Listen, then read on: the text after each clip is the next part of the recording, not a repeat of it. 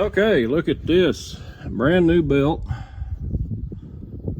for the cylinder drive. Brand new belt for this is what they call the pivot drive, because it pivots. This is the pivot point of the header, so this belt stays tight up or down, doesn't matter.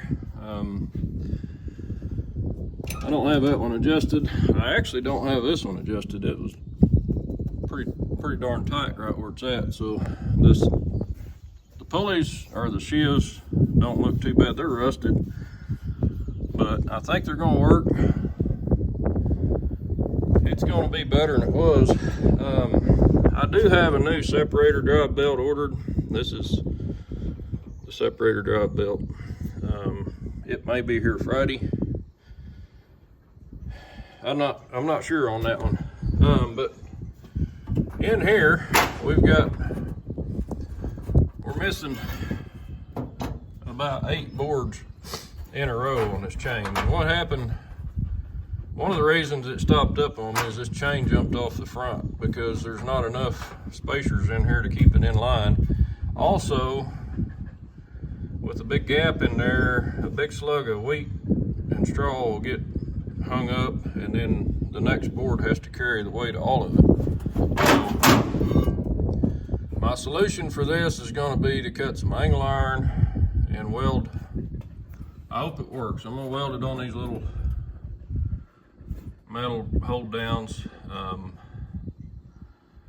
At some point I may pull this chain out and replace all the boards on it with original boards, or not original, but I'll probably use some oak or something. But at this point in harvest, I don't know. I don't really want to go to the point of pulling that chain out. That's a pretty big task. We got a stray dog here. I don't have a name for him. Maybe Jeff? Jeff. It might be Jeff. I'm not sure. Let me know what you think about the dog's name. He's kind of mangy. He's got some soreness in his front legs. I don't know if he's been running down the road or what's been going on, but also I ordered a spreader belt, which I'm not sure I'm going to use anyway. I don't have a spreader, but I also got a new drive belt for the engine. So I got quite a little bit invested in the combine at this point. Before this, it was just time, but now we're getting money in it. So I think this belt here is okay, but if this belt gives out, I lose my drive, I lose my separation capacities. It's worthless without that drive belt. So I think that belt was 80 bucks, 70 bucks, something like that. I figured that's pretty cheap insurance for trying to finish my harvest. I've got a lot of these blocks that need replaced, but they're working. Actually, there's only a few belts on this combine, so we'll get through harvest, I think. But here's another wood block that needs replaced. There's another one that needs replaced. Not sure why Gleaner didn't use a sprocket on these for tightening. I almost think I'd be better off to maybe find some sprockets that are adjustable. They're not that expensive, and of course the wood blocks are cool, I guess. Anyway, I'm probably going to work on building my slats for my chain today. View from the other side. I don't know about this dog. Okay, so this is how you change the belt on a drive, I believe. You slide the engine forward. Kind of like your lawnmower. You gotta love these old simple machines, man. It's just pretty fun to work on.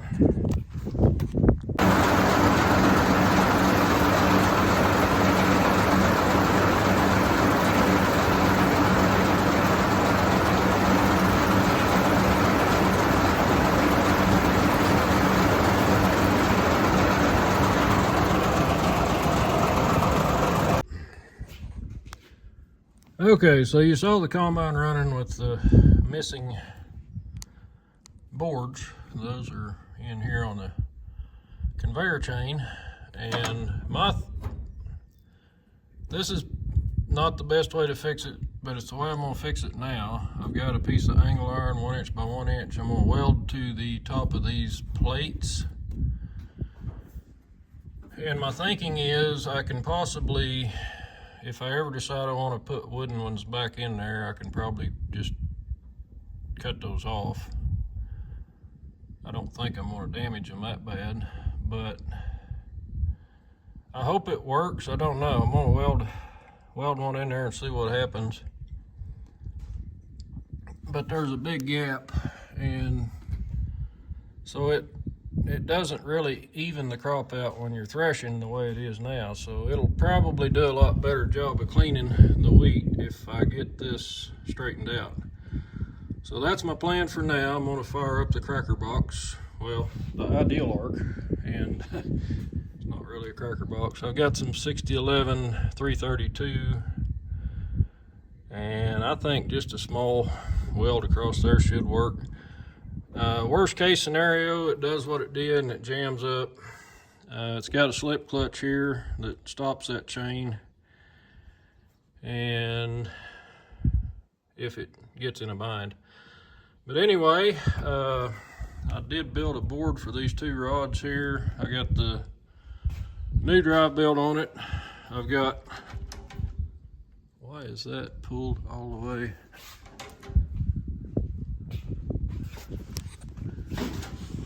Oh, okay. It's kind of hanging up or something there. Whoop. So, them, well, they seem like they're okay.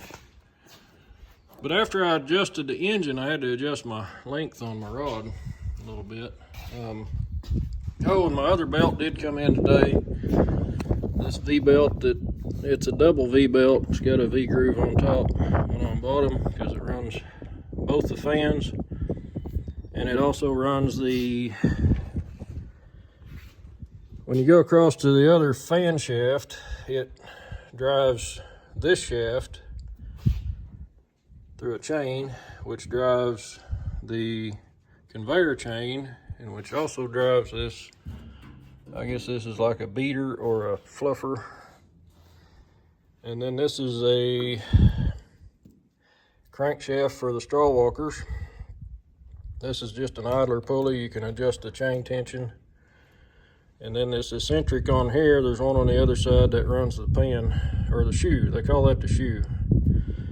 It runs the shoe back and forth, and that drives the clean grain auger and elevator, and the return auger elevator runs off the other side there. So, fairly simple system. Not a lot of moving parts, there's a few. But anyway, I'm gonna try welding those in. We'll see what happens. And I think we'll be ready to harvest some wheat real soon. Got me another tire. Got a used tire for it. This is the new drive belt. So to change it, you loosen the engine clamps. There's 2 on each side, and then you adjust these bolts. You slide the engine forward to put the new belt on, then you pull it back to get it tight. I think it's tight enough. I don't know. I'll probably look at the book, see what the specs are on it. Anyway, that is what I got going on right now. So, but I should be able to reach through these holes and weld those up. Hopefully, like I say, just some 6011 I think ought to work. If I had more time, I would probably pull that chain out and just replace place all the boards in it, but I'm gonna have to find some rivets and that kind of stuff for that. So anyway, not gonna happen right now. Okay, I got them welded in there. I don't know how that's gonna work. The thing that worries me is the metal rubbing on metal is gonna wear stuff out faster, but I don't know. We'll fire it up here and see if it runs smoothly. I need to shut down my bottom sieve and adjust my top one too, probably. I don't know. I opened them up to try to clean them out. They kind of had some stuff stuck in them. Anyway, I need to set the bottom one a little closer. I wasn't getting much return.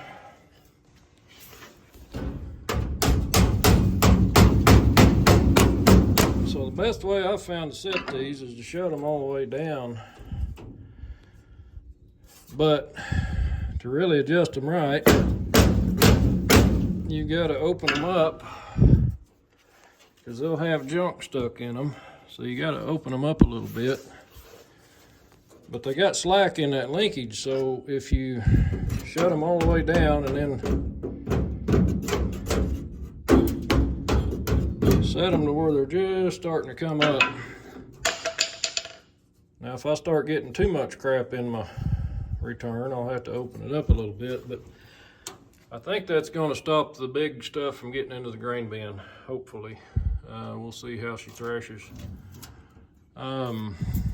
This one's set about where they say to set it, so I'm going to leave it where it's at.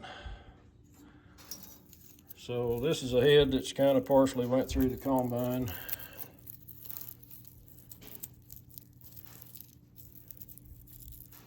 And it's throwing stuff like this out. There's a few seeds in there. So I may need to close down my cylinder a little bit, my concaves, so that I get a little bit better thrash. That one's not bad, mostly gone except for there's a couple of small seeds in the top of that head. That one's threshed completely, and that one's not. So I may close down my cylinder just a little bit. And now that I've got drive belts that can handle the power, it could probably handle running a little closer. So the way you adjust that is up here. There's a gauge on here.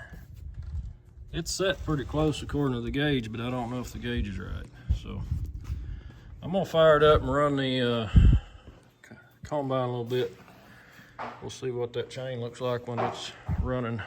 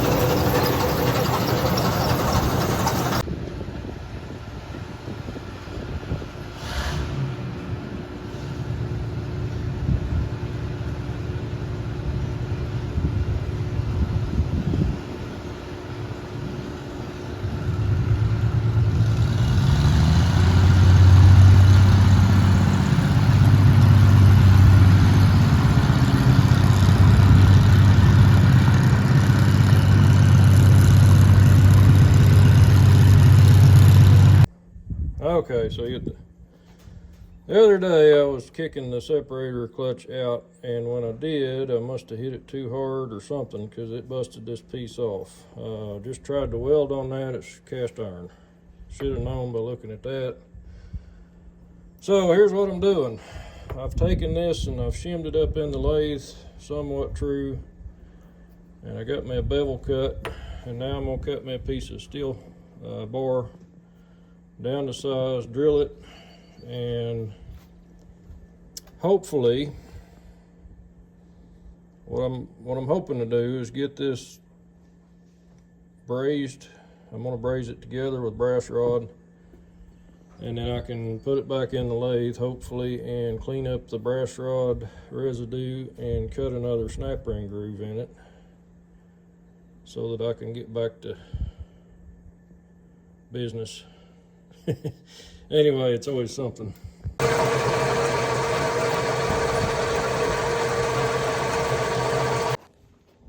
Okay, so I got my piece made. Got a bevel on it. But to line it up, I used a hose clamp and put it in the vise, and then once I get this where I want it, I can take the hose clamp off and we'll start welding. Brazing. Okay, so that's what it looks like with the clamp off. Actually, it doesn't look very straight. I don't know if I like the way that's in there. I think what happened, I cut this with a bandsaw, and I think it's a little bit off, so it's kind of putting it in a bind. Not sure that was a good idea. Okay, got her brazed up. Got a little extra on there. So I'm gonna let this cool. Probably ought to let it cool really slowly. I'll get a blanket on it, but after it cools, I'm gonna try to get it back in the lathe, trued up, and then we'll machine this brass down, or this bronze rod down. But what I ended up doing is just clamping it with a small piece of angle iron to hold it straight and a C-clamp. And then I just got this piece here I can rotate it on as I'm welding. It's still got some slag on there from this is what I used on this anti-borax number 2. This stuff works pretty good. I used to get some that was blue, but I can't find it anymore. I know there's a lot of welding supplies quit carrying stuff like that for some reason. I don't know what their problem is, but they claim it ain't welding. Anyway, gaining, I think. I don't know if it's gonna work. This may not. But you can braze cast iron to steel with brass rod. I know that. Both metals work well with bronze rod. So the trick is, can I get it machined back to where I need it? I'm not a machinist.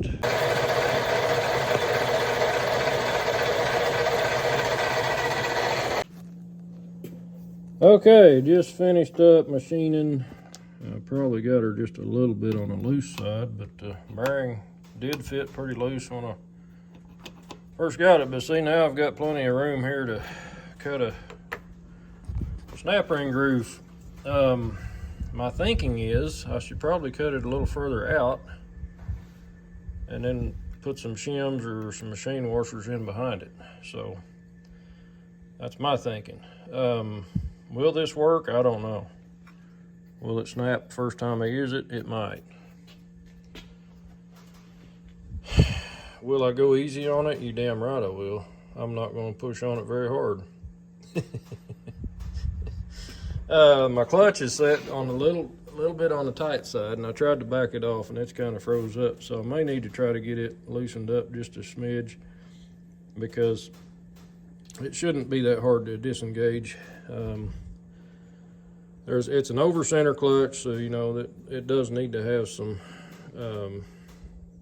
force required. But so what I did to get this centered up is I took some shim stock and basically just figured out where it needed shim stock, because this part was probably machined on centers, I'm thinking. I don't know. It's a cast iron piece, so I don't know how they did it, but that's how I ended up doing it, just putting it up against the chuck, and it came out pretty true.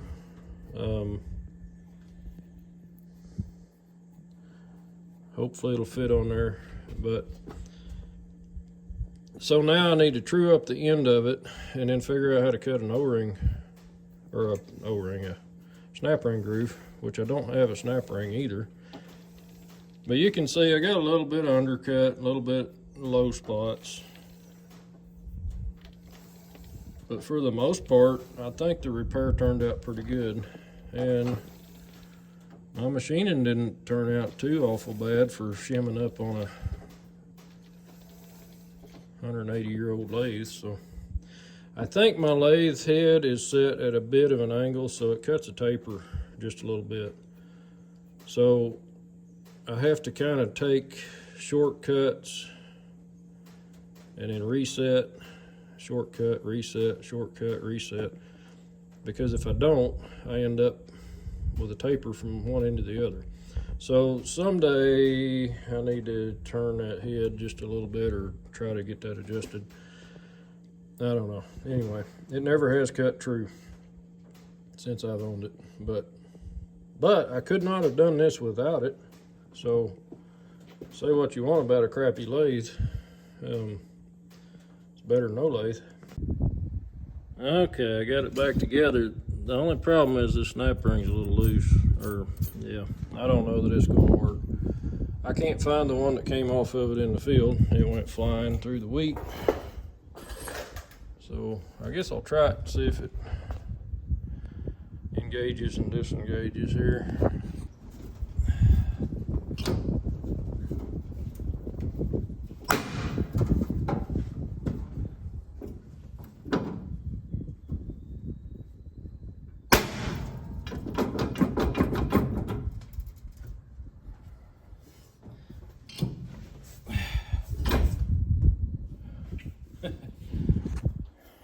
Worked. That'll get me by. Okay, so a little machine work, a little brazing. I've done a little welding. We've done woodwork. We've done mechanic work on the engine. We've done, I think we've covered about every trade except for maybe, well, we did a little plumbing here. Did a little electrical work. Did a little fuel system work. Yeah. So I'm gonna be very ginger with that release bearing. The way you adjust this is you take a clamp, or there's a little clamp down here, you take it out and you probably supposed to have a spanner wrench, but you can see they've used a chisel to turn it. And I tried turning it earlier today. It didn't want to move. And there is a release spring inside of here that's missing, but it doesn't seem to be dragging, so I'm not going to worry about that. There's still a little bit of lining left in the, this is actually, you unbolt this, that's the brake disc itself. So this is a little different than a John Deere. John Deere combines, they just had a big flat belt that you tightened and loosened to engage the separator. So I actually think Gleaner had a pretty good deal on that. Anyway, we're ready to cut wheat again. Cross my fingers.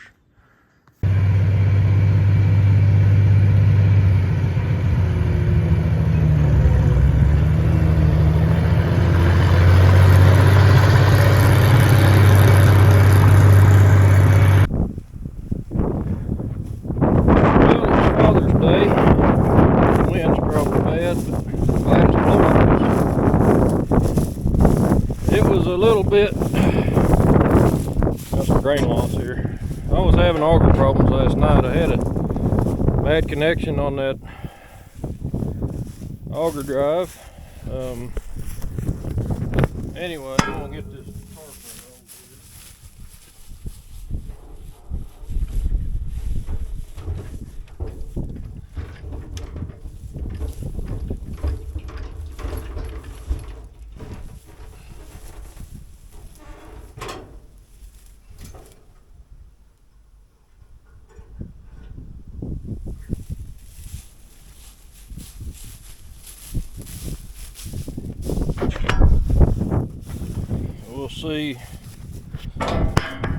Let's see how many breakdowns we have today.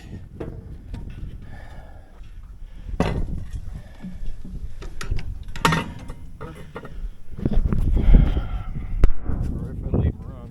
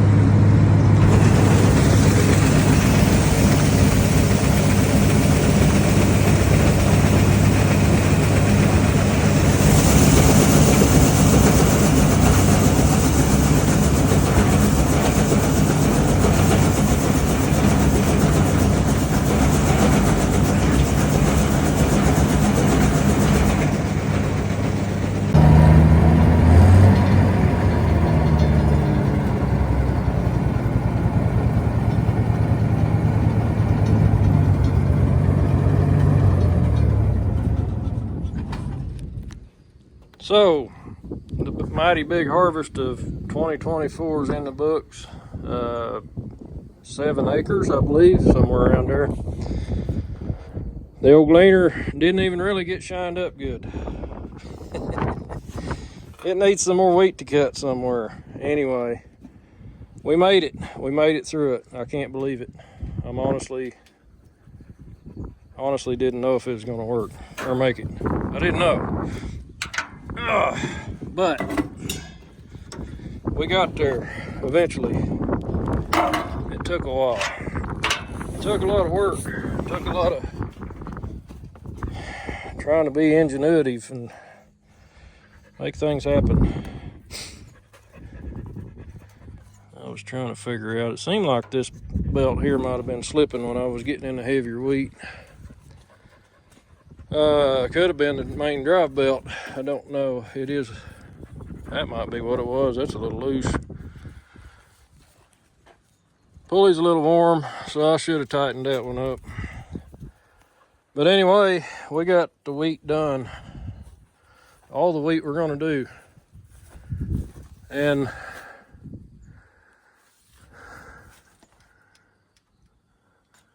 we got oil running out of the engine and antifreeze. Water running out of the engine and oil running out of the engine. So that's to look at another day.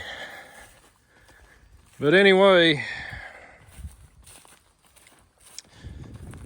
I am tickled to death. It's Sunday, about 7:30. Father's Day. So happy Father's Day to all you fathers out there. I'll show you my mighty crop. I don't know how many bushel that is, maybe 200, 250, somewhere around there. So for 7 acres, that's not bad. But that little field, that thing made 2 full binfuls and about 1/3 of another one. So that was about 60 bushel an acre, just that one field. This one brought my average way down. So you can tell there's not near as much straw out here either. But part of that was from pasturing, I believe. Running cattle on it. I think that had something to do with it. Anyway, I'm gonna fire this up and get the brakes aired up. And I gotta get ready to go to work tomorrow.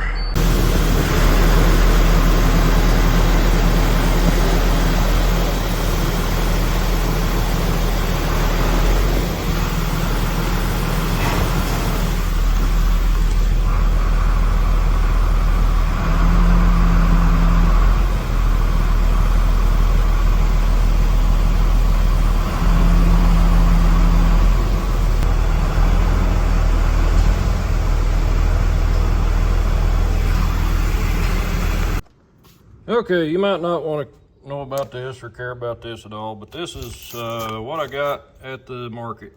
I've got a total of 255 bushels, but they did dock it. So that puts me at a total of 249 bushels. Now the dockage is probably from, it doesn't really say, it just says dockage. It doesn't say foreign material, but I'm pretty sure that's probably what it was. So I have 14,941 pounds that is available to go on the market, and if I decide to sell it, then I'll sell it for whatever market value is. I will say this, I should have gotten it in sooner, because I think it went from about $6 down to $5.39, I think they said was what it closed at Friday. This is Saturday, so the market's closed. Anyway, that's kind of how that works. So if you take my total of 255 bushels, then over 7 acres, that's around 36 bushel per acre, which is pretty darn good for our area. But like I said, the first field I cut, I think, was over 60 bushel an acre. If I would have stopped there, I would have had a really good average. But Anyway, that's kind of how that works. Took the old F750. This is my brother's wheat truck. Got a 24 valve Cummins and 6-speed. It's not a it's not a speed demon, but it got it there. I think that truck would hold easily 300 bushel if it was completely full. The weights on that truck are, my tare weight was 13,000. Gross weight was 28,300. Now wheat weighs, I will say this, wheat weighs 60 bushel. Perfect wheat or good wheat, what they consider good, is 60 pounds per bushel. So a bushel is a unit of measure. So this wheat actually made 62.5 pounds per bushel, which is good wheat. I've seen wheat that, you know, if the kernels shrivel or shrink from staying in the field too long, this test weight will go down. And if you're over 60, you're usually in pretty good shape on your test weight. So I'm pretty happy with how it turned out. Not bad for goofing around. The Gleaner may have left a couple bushels in the field, I don't know. But I think for the most part it did all right.